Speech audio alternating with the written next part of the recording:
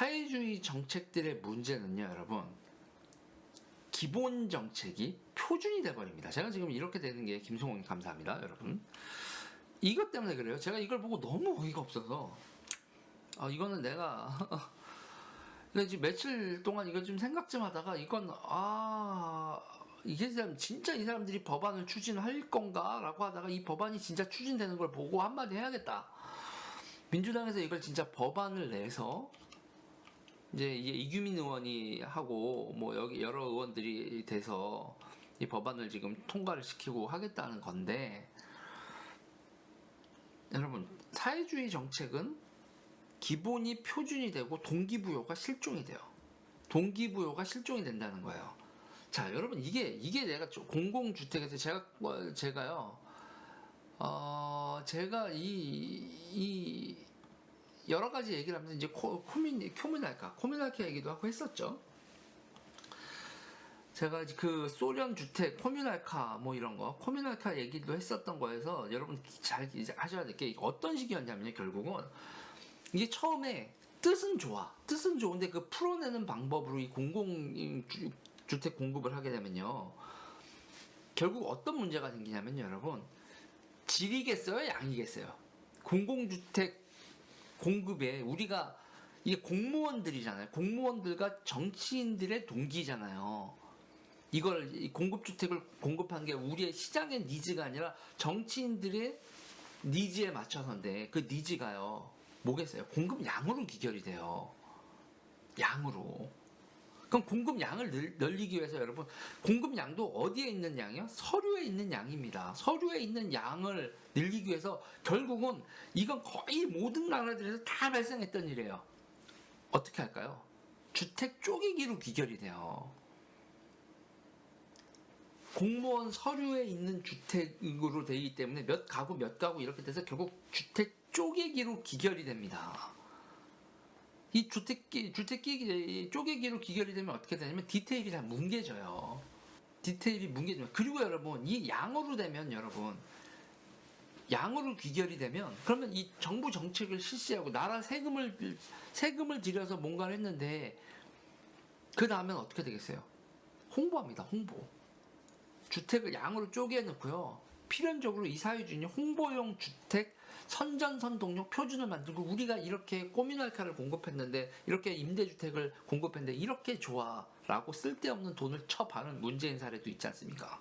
그 잠깐에 언론사들 불러서 이렇게 돼요 라고 하는 거 하려고 돈 몇천만 원 들어가지고 그냥 그 짧은 기간에 인테리어에서 4천만 원인가 들었나? 문재인 그 홍보 영상 한번 찍는데 그 곰팡이 쓴 거 다 하고 도배도 다 하고, 응? 절대로 거기 주택이 그렇지 않아요 라고 사람들이 얘기 나왔던 그 문재인 홍보 영상이 있지 않습니까? 이게 관료주의예요. 이게 사회주의 관료주의입니다. 볼륨 업이 필요합니까? 네, 볼륨을 높였습니다. 죄송합니다. 나석변이 감사해요. 볼륨이 높여야 되면 볼륨을, 제가 또 너무 찌직거린다고 해서 마이크를 약간 좀 멀리 뒀거든요. 이게 이때까지 소련, 영국, 프랑스, 독일 다 반복됐던 일이에요. 다 반복됐던 일. 이 임대주택 공급은 양으로 귀결되고 양을 채우기 위해서, 근데 예산은 한정되어 있고 그 한정된 예산으로 최대한의 양을 뽑아야 되니까 주택을 쪼개고, 그리고 그 쪼개고 났더니 이거 너무 꾸졌는데? 그래놓고서 안 꾸진 것처럼 꾸미자 그러고 쇼를 하게 되고, 선전선동용 표준과 실제 거주하는 표준이 달라지는 이런 모습이 되고요. 그리고 사람들은 거기서 의욕을 상실하죠. 이런 식으로 은폐된 불만이 생기고, 이게 사회는 곪게 되고 사회가 활력을 잃게 되죠. 그리고 사회주의 정책, 그 주택 정책들은 결국 파국을 맞게 됩니다. 그 파국을 맞게 되고 결국은, 그렇다고 사회주의 임대주택이나 이런 게 없어지는 게 아니에요. 제가 다시 말하지만 파국을 맞게 된 다음에 그때 깨닫죠. 이거는 보조적 역할이구나. 메인 테마가 아니라, 주택 정책의 메인 테마가 아니라 임대주택이란 건 보조적 역할을 하는 거구나 라고 깨닫는 거예요. 근데 우리나라가 임대주택이 너무 적은 건 맞는데, 지금 분위기가 임대주택을 그걸 보조적 역할로서 올리겠다가 아니라 임대주택을 메인 테마로 삼고 있다는 얘기죠. 아, 이거 되게 경계하자 해야 된다는 거예요.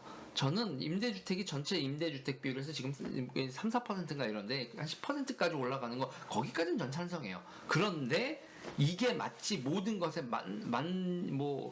통치하겠냐, 전면화되고 예산도 부족한 상태에 쪼개고 이런 건 정말 저는 그리고 봐요. 이 주택과 관련돼서요. 인간의 니즈는 관료제로 해결이 안 됩니다. 인간의 니즈는 관료제로는 해결이 안 돼요.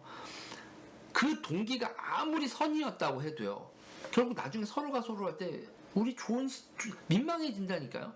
우리 좋은 마음으로 시작했는데 어쩌다 이 꼴이냐. 나라 세금도 왕창 썼는데 이거 민망하네. 그런데 여러분 이게 민망해하고 반성하면요. 그러면요 그나마 그런 인간들한테는 그래 너희가 잘못했지. 그러면 너희 반성하고 있어. 이제 우리가 이렇게라도 넘어올 수 있는데 이 인간들이요 민망해하는 게 아니라 어떻게 바뀌죠? 지금 민주당 꼬라지가 내가 봤을 때 기가 막힌 게 그거예요. 뻔뻔해지죠. 뻔뻔해진다는 거예요. 뻔뻔. 그리고 여러분 더 웃긴 건요. 이 뻔뻔한 인간들이 지금도 하는 건데요. 좋은 건 또 지들이 알아봐. 좋은 건 지들이 알아봐서 그 좋은 건요 여러분. 좋은 걸 누가 가지게 돼요? 좋은 걸 당 관료가 가지게 되죠. 그러니까 사회적 가치 배분이 지금은 돈으로 되잖아요. 사회적 가치 배분이 관료제로의 접근성, 중국식으로 말하는 관시, 정치력, 관료와의 관계, 당 간부하고의 관계로 이루어져요. 이게 정치학에서 데이비드 니스턴이라는 사람은 정치란 권위적 가치의 배분, 가치 배분의 권위 이런 식으로 얘기를 했단 말이에요. 근데 그 권위가 당 간부와 관료에 집중이 돼버린다고. 이 당 간부와 관료에게 집중되다가 결국 나중에 가면 사람들의 불만이 폭발돼요. 그러면서 시스템이 무너지죠. 그러니까 인류가 사회주의 안 해봤냐고. 이 포퓰리즘을 안 해봤어요? 사회주의 국가, 사회주의 운영을 인류가 안 해본 게 아니라 딱 해봤는데 남들이 해놓은 실수를 우리가 굳이 반복해야 될 이유가 있어? 대한민국이 아직 그 꼴을 대한민국은 아직 사회주의 국가 운영으로 개피 본 경험이 아직 없나? 전면적인 개피를 한번 봐야 사회주의를 이렇게 하면 안 되는구나를 겪는 거를 지금 박주민이 그 임대차 입법이라든지 지금 이재명 지사 이런 거를 꼭 똥인지 된장인지 찍어 먹어봐야지. 남의 나라에서 그렇게 다 똥이라고 결론이 난 걸 찍어 먹어봐야 하나?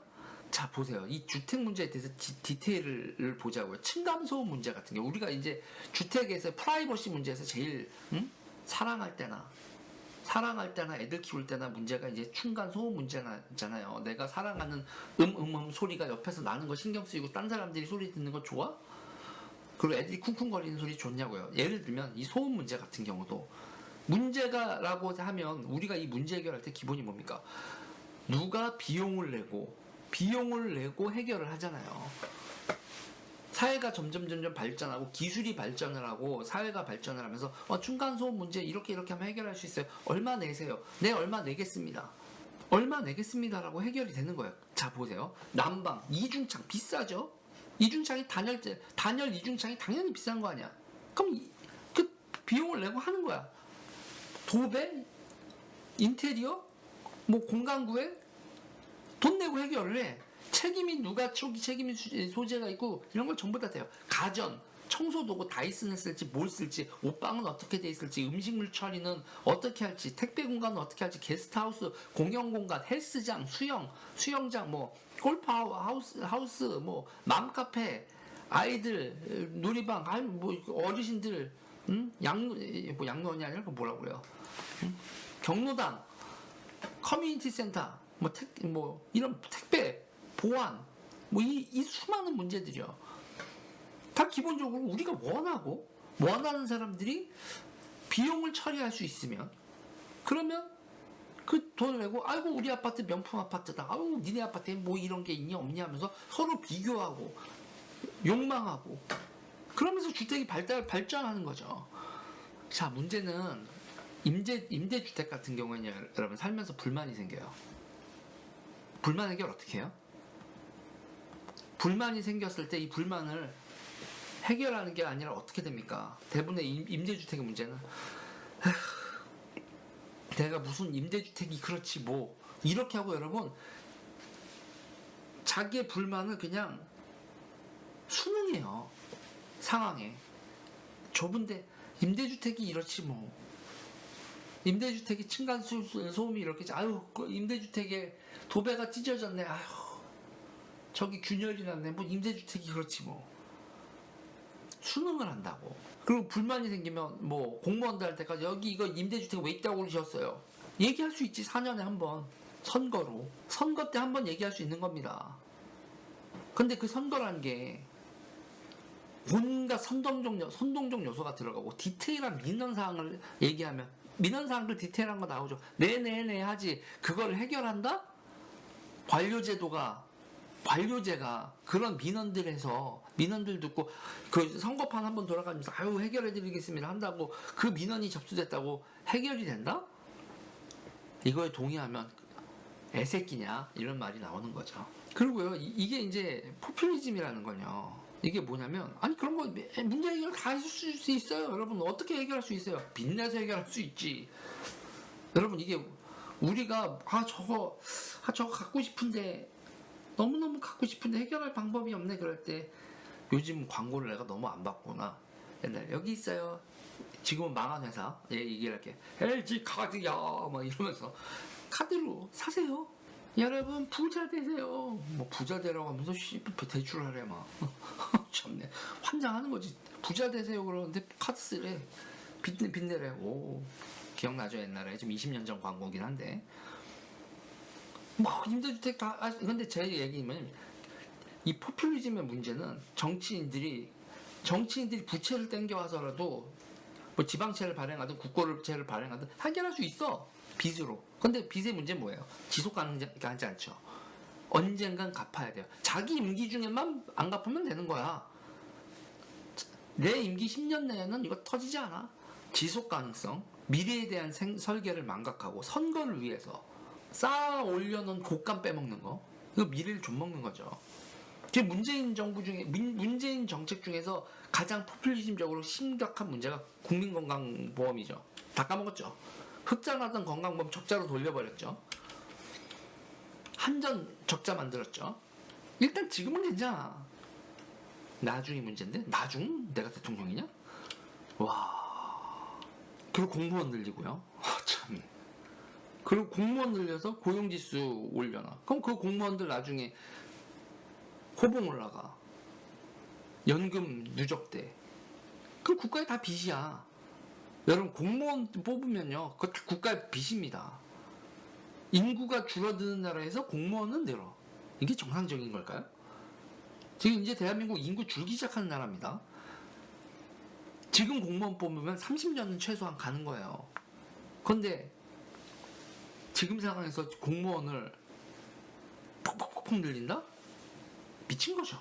여러분 좋아요 눌러주세요. 구독 눌러주세요.